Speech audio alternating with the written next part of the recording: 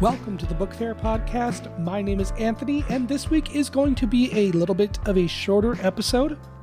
As a reminder for new listeners, this show is a passion project while I work and attend school full-time, and summer classes are much faster paced than during the fall and spring semesters. And so this week we'll be doing an interview with a special guest, as well as covering some notable new releases for the week. But there will be no news segment.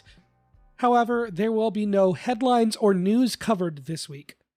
Let's begin with an interview with my wife, Madison Soto. Hello, Madison. How are you doing today? I'm doing absolutely wonderful. How are you? I'm doing pretty good. Thank you so much for agreeing to come on to kind of help me out. Can you start off by just giving a brief introduction of yourself to the audience? My name is Madison Soto. Aspiring author, curious mind, and lover of the host. Are you a fan of the podcast? There's a few podcasts that I like. Episodes from your podcast that I do like. So how do you describe the word? How do you define the phrase aspiring writer? Someone that loves the dream of wanting to write and tries to write no matter how hard it gets, and the fact that I still don't give up on that dream, even though I have yet to hit anything, but I'm still gonna keep trying. I'm still gonna keep hoping. Now you say no matter how hard it is, what exactly is difficult about writing? The writing's the easy part. The finding the time to do it between other commitments is the hard part, like playing Monster Hunter with your husband or having to work or school. All good facts and all that stuff. What is something that you do to try and set aside time to make sure that you can write? And what is it that you do write when you do have the time? I don't necessarily set up time to do it. I just wait until the moment strikes me and then I get out my Kindle Scribe and write things. Like I kind of got inspired. Well, I guess inspired's a bad term for it, but I kind of had thoughts with the flooding in Kerr County here in Texas recently, and it got me wanting to write about it. So I started writing and putting down thoughts to paper. Are there any other things that you draw inspiration from in your life? I draw inspirations from you because that's where one of my little short stories about a book fairy comes from with your podcast and stuff. Um, Other inspirations, I draw inspirations from The Wizard of Oz, which is one of my favorite books as a kid, and still is one of my favorite books. If you haven't yet, go see Wicked, and if you want to, see Wicked Part 2 when it comes out in November. What about The Wizard of Oz inspires you particularly? Well, in the culture of wokeness that we have going around, um, I think it's funny that you have a book from, almost 100 years ago, if not, I'm pretty sure it's older than that, by L. Frank Baum, but it actually has a trans character in the second storyline that actually has a really, really pronounced role throughout the whole series.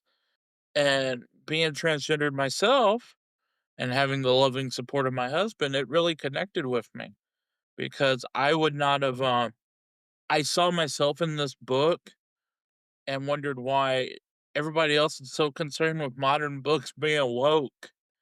And I'm laughing because I'm like, you have a classic that nobody even talks about where the lead character is not only technically trans or non-binary, how you look at them, but is also the ruling leader of Oz in the whole series. And for people that have never read past the first book, or even the first book in my case, who is this character? It's Princess Ozma. She's the queen of Oz for the majority of the series.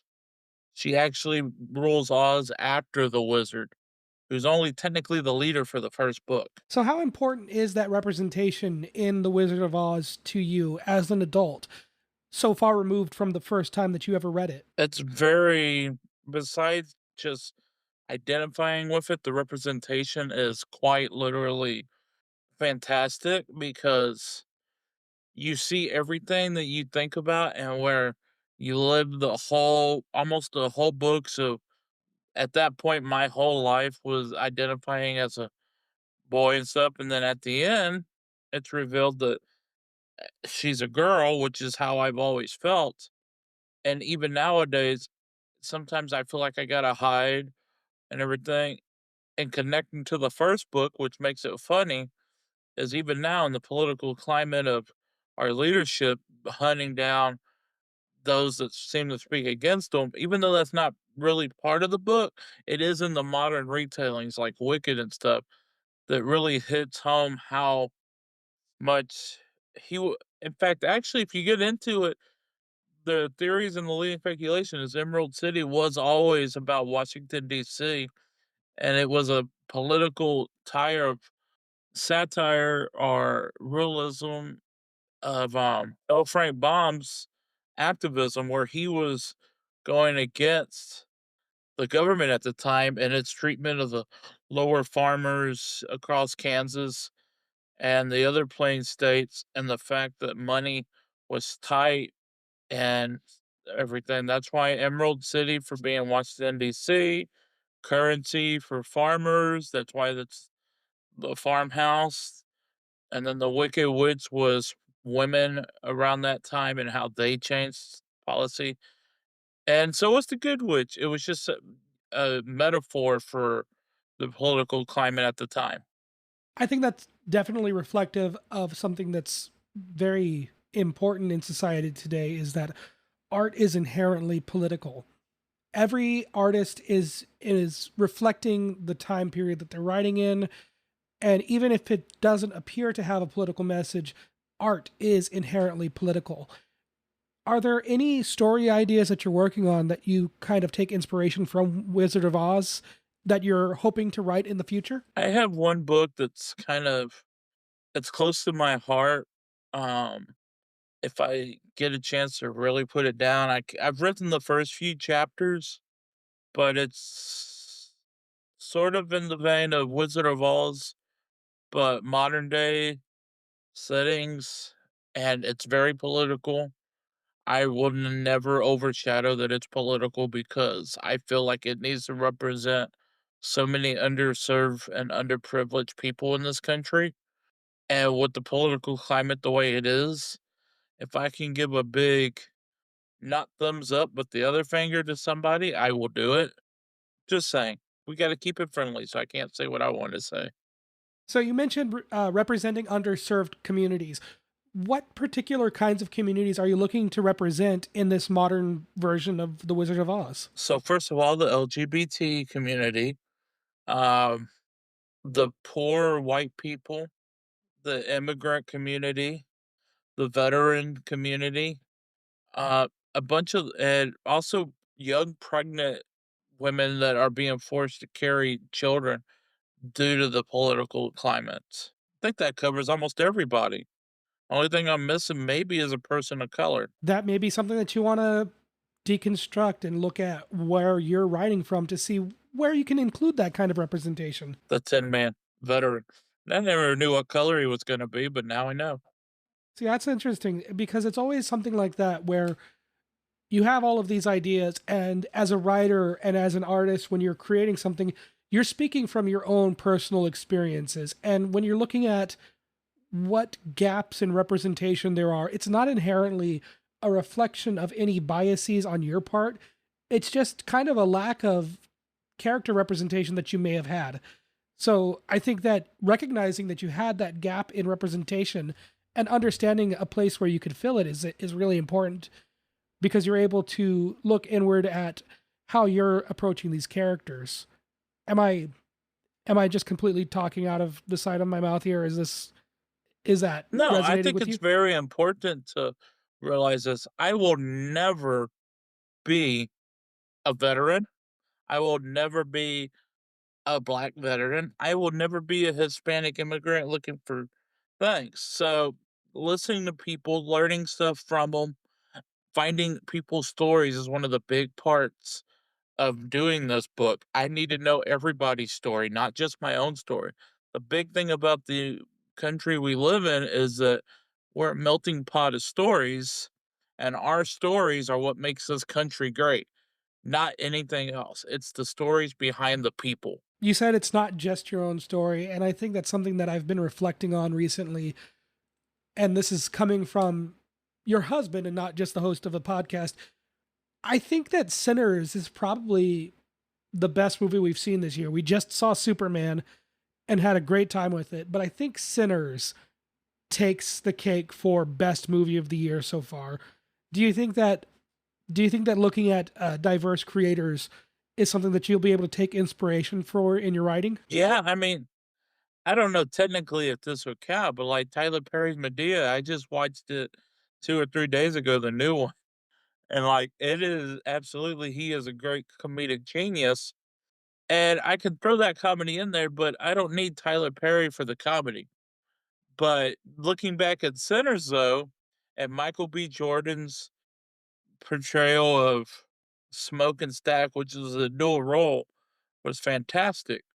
But it also showed the tribulations of even the love interest of Stack being, uh, I'm gonna, I don't want to use that term, being of mixed race and having to deal with even prejudice now that she couldn't be out as African American, even though it's in her blood. She had to pass with the privilege of being white.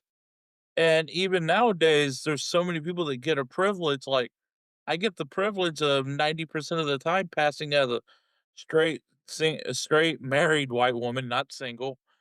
And it's one of the luckier things I get, but not everybody gets to experience that. Not everybody gets to get married, and not everybody has that ability to blend in and go unnoticed. And kind of a little bit on the inside, I knew a lot of this about you coming into it because I'm your husband. Be weird if I didn't. You started working on your Wizard of Oz story about 6 months ago, 7 months ago. Has any have any of those ideas changed in that time with any of the new stories, movies, books, ideas that you've consumed since then? There's a little bit of changing. Like, I know I've seen a few movies that have inspired me on a different, like, skill. Like, I know that actually, no, what am I gonna say? There's not a lot of movies I can think of that fills in this gap. Even I the guess what last few I'm movies. Well, you I know guess what? Honestly, the new movie How to Train Your Dragon, where it had a bunch of different individuals and they came together and they weren't strictly Vikings, made me realize that not all my characters have to fit a mold for everybody else. and I guess more broadly what I was getting at was what is the writing process like? How strict is your outline to you? Are you following it closely like a rigid outline? Or is it something that you're looking at and changing, and is it evolving as you are working on it and coming up with new ideas? I feel the bones of the well, it's I mean it's like building a scarecrow and stuff. No pun intended, but scarecrow being the Wizard of Oz. You gotta have the stick to put the scarecrow on, but the clothes you dress it in and how much hay you fill it with, well, that's all gonna change. You never know when you're gonna come across a worn pair of trousers over here or a nice little straw hat off in the distance. And then to that being said, there's nothing that says the scarecrow couldn't be a girl scarecrow. Nobody's ever said it couldn't be, but have you ever really seen a female scarecrow in anything? The closest I've got is the recent commercial for kayak where the woman says she's got to do it herself if she dresses as a scarecrow to scare away the birds. But it's And such a with that gender concept. and with that change in gender identity with the character, how are you looking at, and I know that you're just kind of spitballing here, this isn't a definitive thing. If you were to gender swap a character, how would you analyze that character's experiences and challenges in their backstory as well as in the process of writing about them? I don't know that pretty much I don't see there's any way to really gender swap the character in my story. Not that I wouldn't do it. I mean, in a way, there is a gender swap because one of the characters is a drag queen and does fit more the female role than the male role in the situation. But again, deep down, they still identify as male for right now. I might switch it, I don't know. but they're just a drag queen and they're worried about their living. And I don't know that I could fit a gender swap into this story unless I had a good reason for it. And I don't have a valid reason for me to include that to the narrative. I would need to justify it some way. Let's change gears a little bit to the idea that you have that is being somewhat inspired by the recent flood that happened in Texas. What is that story shaping out to be like in this incredibly early stages of outline? I don't want to give too much away, but it's a horrific event that at the end of the story, I hope still gives hope to people because I want people to see what happens and they get hope. But I also want them to read my book and realize that there's the story and realize that there was a way to learn from this, that this tragedy had things that we could have learned, that we've lost over 100 and something people. And there's no reason in my mind, I believe, as advanced as a country which we are, we should have lost that many people. And so many of the victims, a good chunk of them were children. And it's the lost future, the lost generation that we just had, that we lost in this flood. We had way too many children's lives. That's all their hopes and dreams were washed away in those waters. And what sort of messages of hope do you think could come from this kind of story? Did you really have to dig down deep into this one? That's what I do, Huh. man. That's what I do, babe. Just hope that there is still that their deaths won't be in vain. Any one child loss is a tragedy, and even more children loss is like a nightmare. I couldn't imagine being the parents, and I couldn't imagine even a little kid. You go to camp and you don't expect this to happen. Like, I bet you most of those children didn't even know what this was. And I also want to try to put what I feel their horror is into this book, and maybe somehow somebody reads it and it changes how they see the world, or maybe they push for more change, or maybe they understand a little differently, or maybe they're not as scared of death as they might be. And hoping to enact change. That's something that's really powerful and probably one of the greatest strengths of storytelling. As far as how people are viewing the state of Texas, the state of the United States currently, do you feel that stories have that power currently? Yes, if they did it, then the United States and Texas would be standing to get rid of them. In fact, just the last couple of days, they pushed for Defense Department schools around the world to ban not only Fahrenheit 451, a book about banning burning books, but also To Kill a Mockingbird, which I remember reading in high school, and it really shaped some of my views on race and how racism was wrong. And it goes back to The Wizard of Oz, and that it's another book that shaped me, and we shouldn't be banning it. We need to be able to look in depth at ourselves as a country and as just people in general. And before we wrap up, are there any other stories that impacted you, shaped who you are, that really changed you that you read as a child? I got a sense of humor from Goosebumps, but I'd say one of the books that really inspired me was probably in Indian in the Cupboard. And I know it's funny, but that's because it made me think that I could dream. I didn't know that my dreams were, but it's you take something, and no matter what it is, mundane is what it is, you put it in a magic box, and the moment that box opens and that character sees the light of day, it's alive. And so until you get those words out, if we only keep them hidden, they're not alive. But when we put our words and our thoughts out there and everything, the positive ones, we bring light into the world. Our stories are the light for the world. Our stories are the cupboard opening up and revealing who we are in the stories that we have yet to tell. Very insightful. And that kind of leads perfectly into the last question that I like to ask all of my guests. If you were upset at me for making the last couple of questions deep, this one's going to really, really bug you.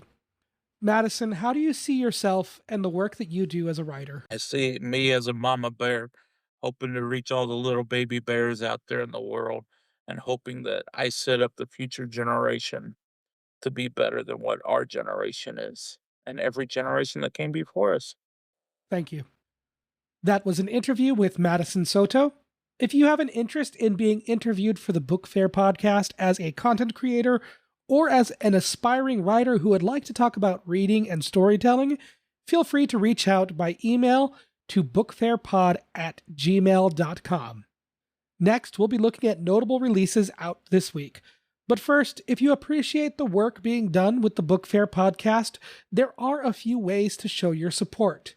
First, you can like, comment, favorite, or subscribe, or just follow the podcast wherever you are currently listening. This will help push it out to new listeners. Second, you can follow the podcast on Blue Sky at Book Faire Pod. You can also go to patreon.com/thebookfair to find episodes posted early, as well as links to news sources used in the show. Lastly, the best way to support the Book Faire podcast is simply to share it with a friend, an educator, or a young reader in your life. Now on with the show. Next up, we'll be looking at new releases, beginning with The Day the Books Disappeared by Joanna Ho and Caroline Kusin Pritchard, and illustrated by Dan Santat. Room 6's students are devoted readers. Arnold's favorite book, The History of Flight, makes his mouth curve into a capital U, write Ho and Kristen Pritchard. But Arnold, who purchased Solo on a beanbag, can't understand why anyone would pick a book about tomatoes or ostriches, and he's altogether offended by a peer's choice of a title about submarines. When he discovers that he can suddenly wish his classmates' books away, he's maliciously jubilant, until his own vanishes as well. Illustrator Santat portrays the classroom's emotional world with equal amounts of humor and compassion. Digitally colored ink drawings take Arnold from evil villain mine to genuine shock when it seems that nothing will restore the books.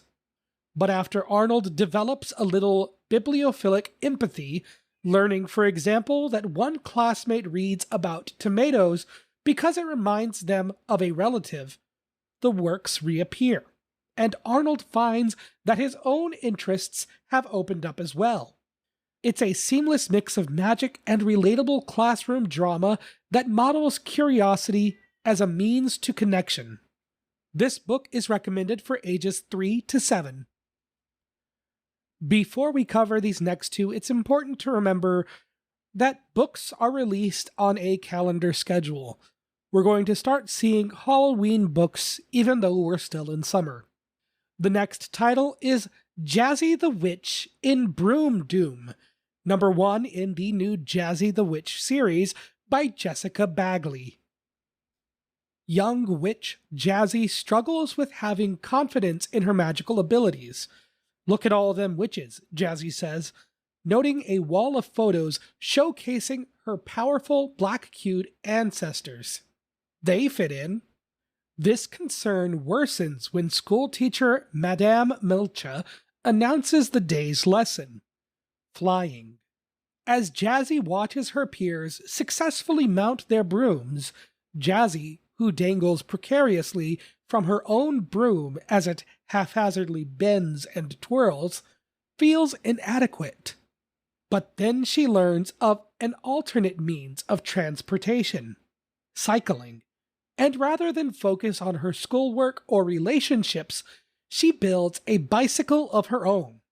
Her angst about flying becomes a thing of the past until Madame Melcha announces that the students will participate in an upcoming flying parade in celebration of the supermoon. As Jazzy continues to flounder in her attempts to handle a broom, she worries she'll never get the hang of this witchy rite of passage. Whimsy abounds in this playful series-opening graphic novel by Bagley, relayed in moody, jewel-toned hues and striking shadows. Across a luminous, rhythmically told story, Bagley stages silly scenarios centering an earnest and well-intentioned, occasionally one-trick-minded protagonist that perceptively drive home themes of self-confidence, accountability, and embracing one's flaws and strengths. This book is recommended for ages 8 to 12. I've brought my cat into the room with me to record, and hopefully he will be quiet now.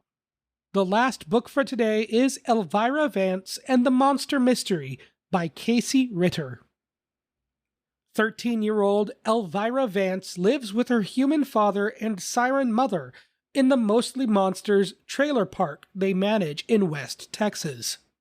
When the sacred Monarch of Fright crown, the jewel of the massive Mafia Monster Festival, which culminates on Halloween, is stolen, the human investigator on the case, Detective Price, thinks that missing Chupacabra Cal Shadevale, one of Vance's residents, is the culprit.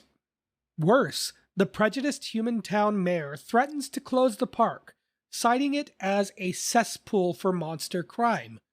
With the support of her bestie, blue-furred Chupacabra Mari Acacheta, and her crush, geeky human Emilio Salinas, Elvira initiates an inquiry that takes them to a vampire mausoleum, a literal ghost town, and, scariest of all, a government office filled with monster-hating humans. Simultaneously, Elvira becomes increasingly reliant on using her newly manifested siren powers to manipulate the investigation.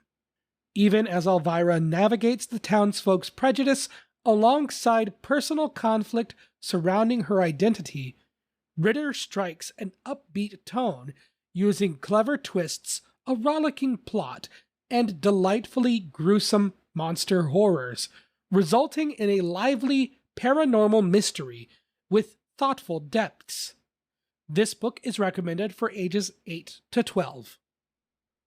And this will conclude another episode of the Book Faire Podcast. I do apologize for this one being shorter. Hopefully the rest of the summer isn't as busy as this week has been. And a big thank you to my wife, Madison, for showing her continued support and agreeing to come on the podcast to make sure that I was able to put an episode out this week. I wasn't going to do one until she offered to come on for an interview. So thank you so much, Maddie. I love you. And thank you very much for listening to another episode of the Book Faire Podcast.